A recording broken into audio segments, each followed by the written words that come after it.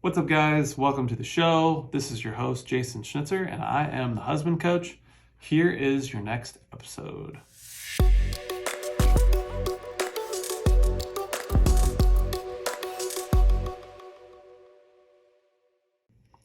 All right, what's up? What's up? Today, what I've got for you is I'd like to talk to you about what is your shadow, or what is shadow work. And this is a term that's grown in popularity, especially in the men's workspace. And let me give you a little history lesson. Basically, the grandfather of this work is a man by the name of Carl Jung, Jungian psychology. He really coined the phrase, the shadow. And that is more or less your unconscious mind. Another way to think of it as is, parts of you that you suppress or reject. An even easier way to think of it as is, the things that you know about yourself or feel about yourself that you're not very proud of and that you're pretty hesitant to admit having within you to other people. Maybe there's some people you share, or maybe there's some, or maybe not. Maybe you don't share this stuff with anybody. And then another example of this would be, maybe you think of yourself as someone who's like kind and nice and patient.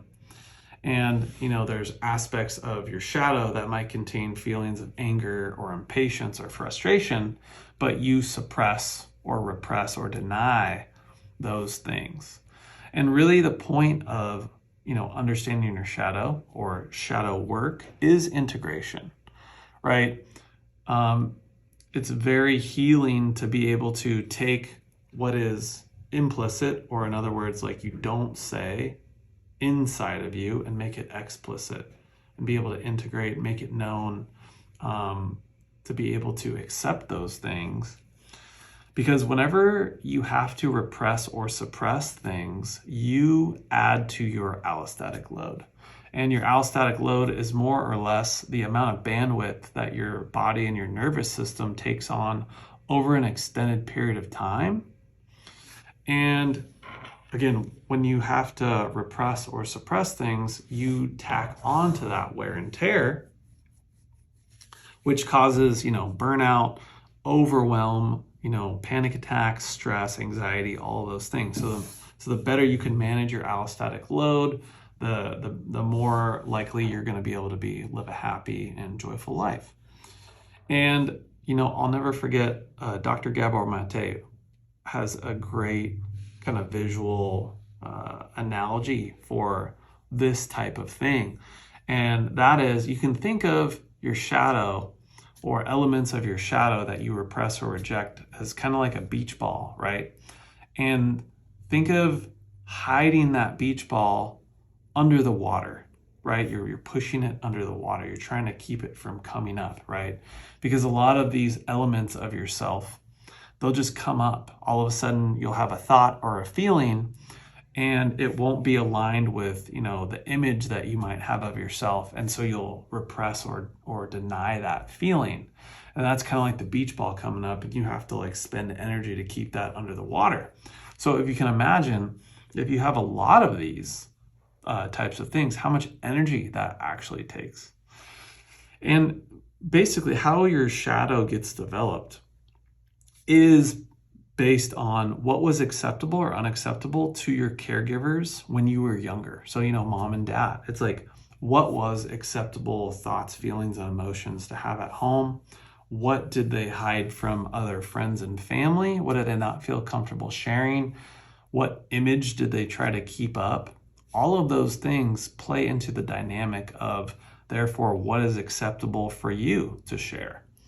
And it's really important to understand that sort of working model, because, depending on, if you don't, all of this work starts with self-awareness, right? So there's no shame or negativity involved in this. It's all, call it compassionate curiosity. When you start getting into sort of shadow work, is what we're trying to do is start to have a deeper understanding of why you are the way that you are. And that starts with self-awareness, because without taking this journey, a lot of times, we are programmed when we're younger, and then that develops our working model for today. And we don't, without going into understanding why we are the way that we are, we just think that everything in our life that's happened up until this point is normal. And that leads to making decisions based off that framework. And we start to wonder why we aren't doing the things that we really want to do, why we get stuck in choosing into certain relationships over and over again that might not turn out very good. Why do we do things that we're not necessarily proud of and that might bring shame? Again, all of that, what all that boils down to is your working model of the world and how that is developed. So once you understand all that, then you can start to break down. It's oh, now I understand why I keep choosing this type of person in a relationship. Or, oh, this is why I can't get started on my business, because it was unacceptable for this when I was younger, and that's how it's showing up now. Or, oh, this is why I always get stuck in these type of friendships. Or, oh, this is why my relationship with my mom and my dad are still strained, because I carry this with me.